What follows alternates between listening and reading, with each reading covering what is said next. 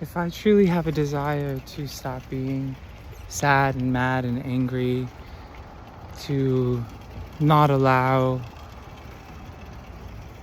the heartbreak of reality to eat me alive, if I'm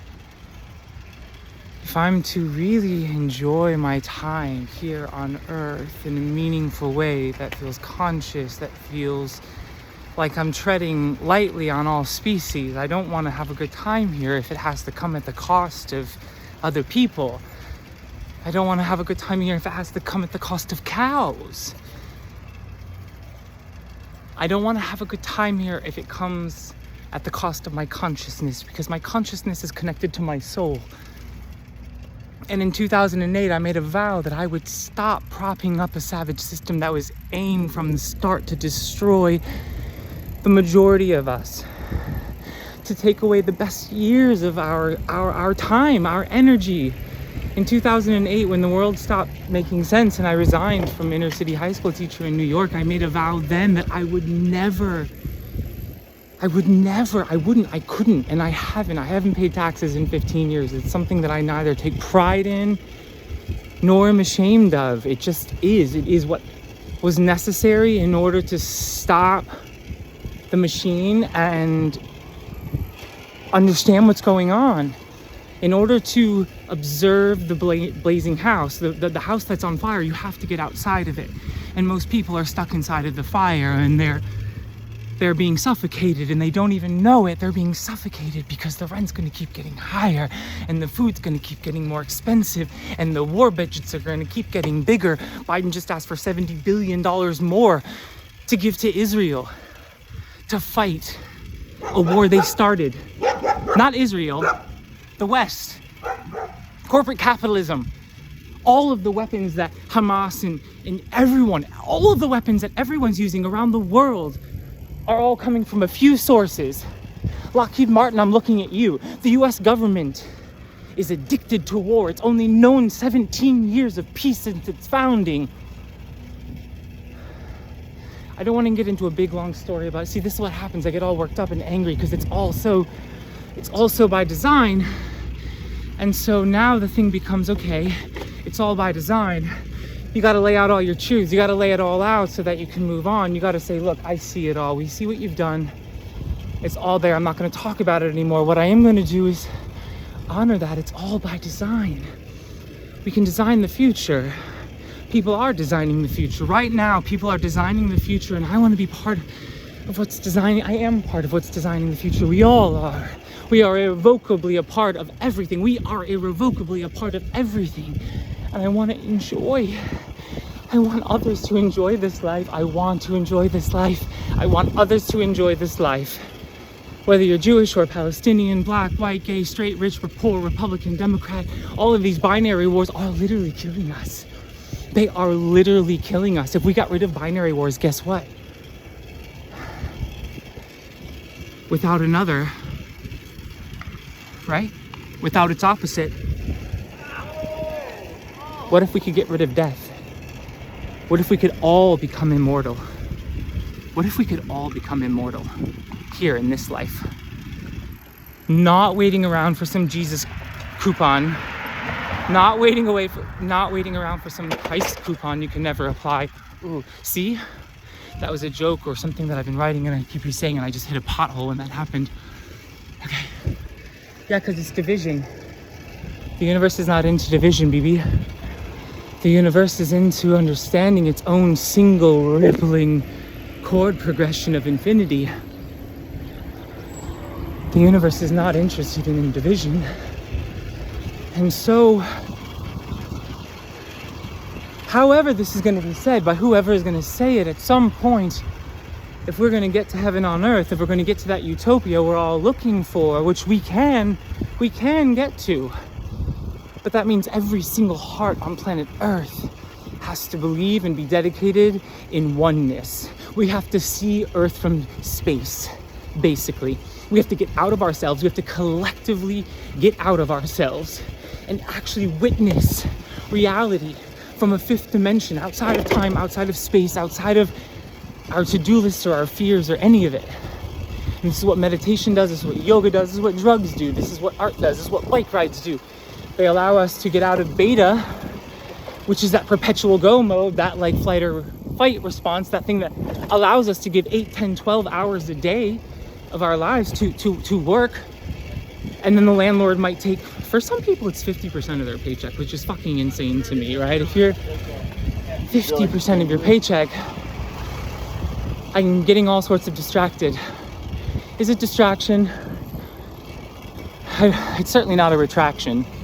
The only thing I'm retracting is the part of me that keeps wiggling out in fraudulence that isn't authentic, because it's giving me this fucking wrinkle on my forehead, and I'd rather not have wrinkles. And wrinkles are caused by stress, and stress is caused by dissonance between our reality and our internal ecosystem. And so when the thermostat inside of us that's saying, ooh, too hot, too cold, figuratively, emotionally, spiritually, whatever, is going off, that's going to play out on our bodies.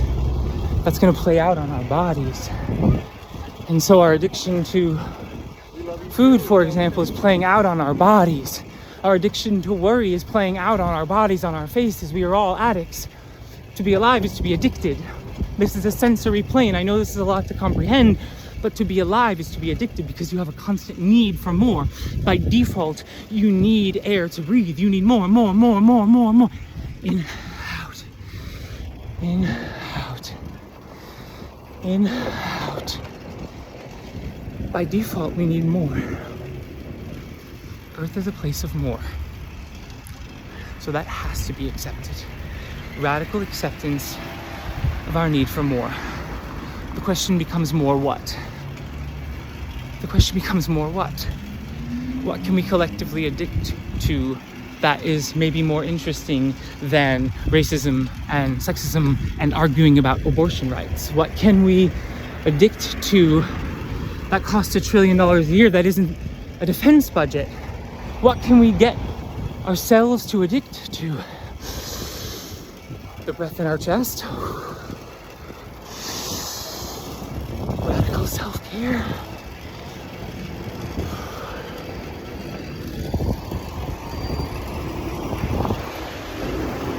I believe that being a billionaire is a mental illness. I believe billionaire status, just like racism, is a mental illness.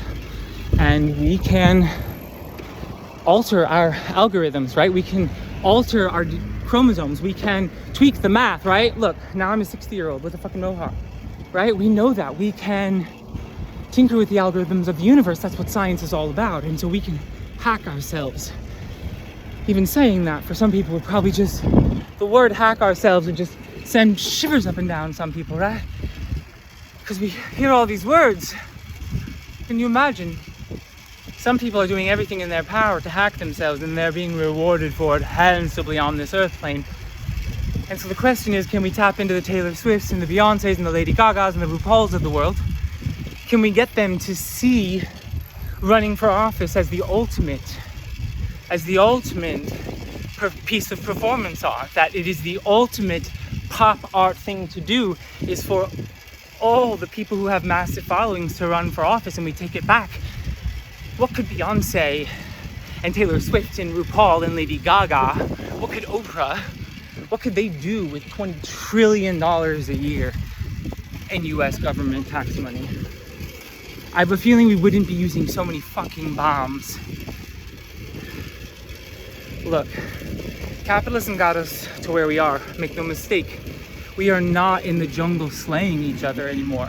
Only we are. We're reverting back to that because we've reached a tipping point. We've reached a tipping point where capitalism has got us out of a lot of shit. Automation has got us out of a lot of shit. We live longer than we ever have before. That's actually maybe declining now. And this is a direct result because now we have, as perhaps the only standing empire right now, which I think a lot of people would say that's no longer true, there are a few global superpowers. And we're at a precipice where if we can find leaders to lead with their hearts, if we can create love-centered, creative-centric campaigns that give people more free time, if we can give people more free time, more friends, more companions, more things to do, more ways to make art, more ways to make love and create, if we can give people easy answers to end poverty, to end world hunger, to honor the cries from Mother Earth, if we can create elegant, sophisticated, nuanced strategies and plans, but we can't even dig into the binary games that have us divided until we're safe, until we see each other, right? We've got to learn to see each other. And right now, we're not seeing each other. People are so us or them. I will never vote a Republican. I will never vote a Democrat. I will never vote for either of you ever again. I will vote for either of you. We have to, it's not even independent, it is codependent. It is the interdependent party. We need to start the interdependent party. It's the opposite of the independent party. It's the collectivist party, but you can't call it those kinds of words. Interconnected, something that suggests a weaving of a web or a bridge or something that is entangled. We are human mycelium. We are entangled star matter. Literal fucking star matter flung from the universe, got so full of itself that it exploded.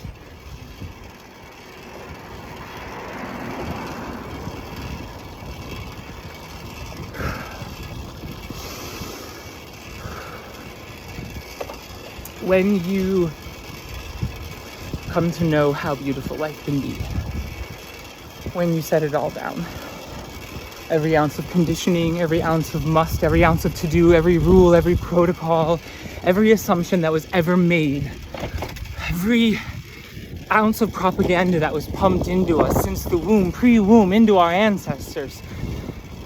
You can't do it all at once. It's impossible. Drugs really help you. Meditation really does help. Travel really does help. When you go over there, wherever that is, man, nothing pops your bubble of right here like over there. And so the system aims to keep us afraid of over there. But over there is so magical. I've been to over 50 countries. I'm addicted. Every penny I get. I couch surf around the world doing it. I sell my art. I live with people and help them do things in the house. I renovate space. I've pretty much done whatever possible to expand my own consciousness, to try to expand the collective consciousness, to share resources, to create space. I believe so much in space, third space, neutral third space, that cannot be commodified, space that cannot be bought or sold.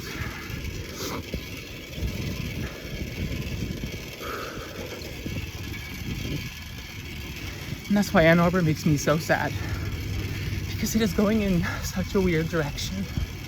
It's going in such a weird direction. When I think about it through a different lens really quickly, and then I'm going to end this video, just as I said that, almost like some voice was talking to me, the resolute one that's going on a 13-minute monologue. And there was this moment where I saw a larger, bigger, more robust vision for what could be happening with a place like Ann Arbor and higher education. I haven't paid back any of my student loans. I haven't gone to prison. You just don't pay them. You break the illusion. You snap the spell, right? I maxed out $80,000 worth of credit cards. I got a perfect 800 credit score, 800 and something. Played by all of the rules, did it all, right? And consciously decided I was going to create my own fall. I was going to pop my own bubble and pop another one, and pop another one, and pop another one, and pop another one, until all the bubbles were popped. And when you go down to a 300 credit score, when you can't even get an apartment, it changes the way you see reality. You don't know until you know. And now I know. I don't know everything, but I know a lot more than I did. I know a lot more than I was designed to know. I know that I have outgrown the station that was written for me, which is fucking insane to say. And you know it's true, and we all know it's true. We're all trying to keep up with the Joneses, and then you eventually realize there are no fucking Joneses, and the Joneses, you know, they are literal personas. They're not even people. They're paperweights with a fucking pulse. Ooh, anger. You see how quickly I get mad?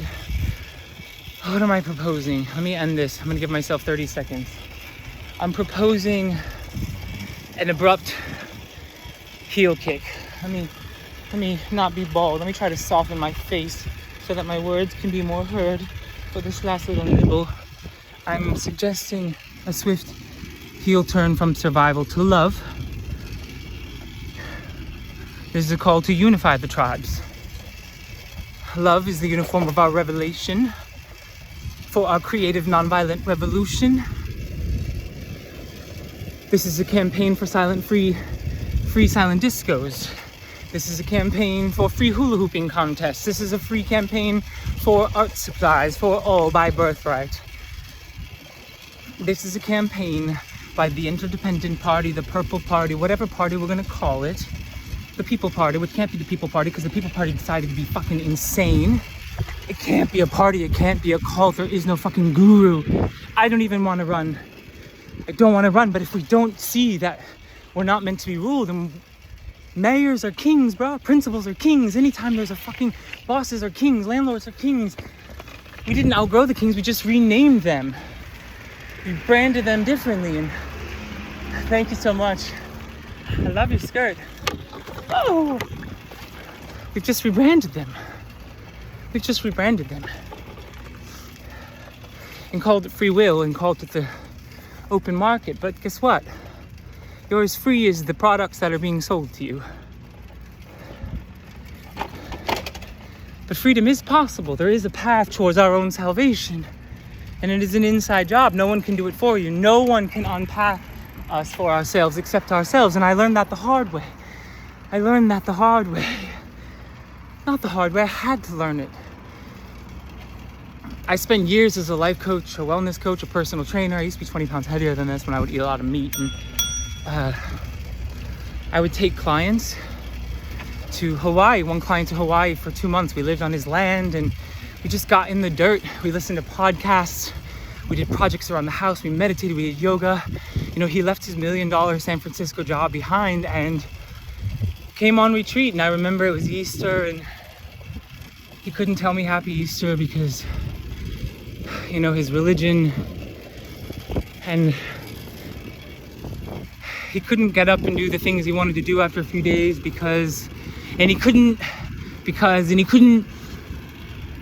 and so then it pretty much turned into a houseboy, like a servant. You know, I wasn't sexual and I think he was pretty bummed about that, but he stayed for a couple of weeks and eventually let me have the place until I wanted to leave, which was a couple of months, and then I left and he went back to the mainland and probably took up his job again. You see, he reached out to me because I was a part of a gay Buddhist fellowship that met to meditate with other gay men once a week. And he was referred to me, and he was approaching middle age and never had a long-term relationship and had no kids and felt like he didn't really have a soul or creative purpose, and he just had all this money and he was struggling and looking for purpose. And that was back when I thought that, you know, I would say, you know, no guru could save you, you know, no Hallmark commercial. And I believed it then. I haven't really shifted that much. Once you know, the big wake up is the big wake up. It's the same one. It's the, oh fuck, you know. But you just need to be a couple steps, quote unquote, ahead of someone, or just a couple one-way doors. The first big one being the illusion that America, the shadow empire that's ruling America. This is not talking about us, we the people, but we the people are nincompoops.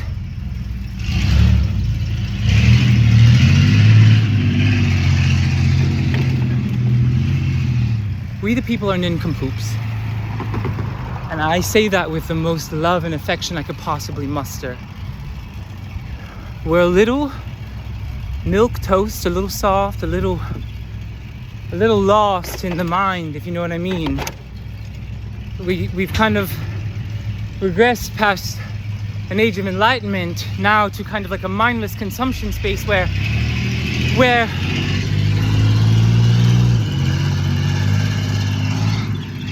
we've kind of arrived in this place where we want artificial intelligence to write our papers for us instead of experiencing the process of writing a paper. You see, we've automated ourselves right out of our own lives. And now we see life as a series of nouns on the shelf, and we're just manipulating them around like sinking deck chairs on the Titanic. But life is a verb. It's a process. It's a never-ending, unwinding, ceaseless unfurling. And we've got to reclaim ourselves, our process, our in-the-moment, breath-by-breath process. And so I'm suggesting that all 500,000 offices up for re-election in 2024 be conducted by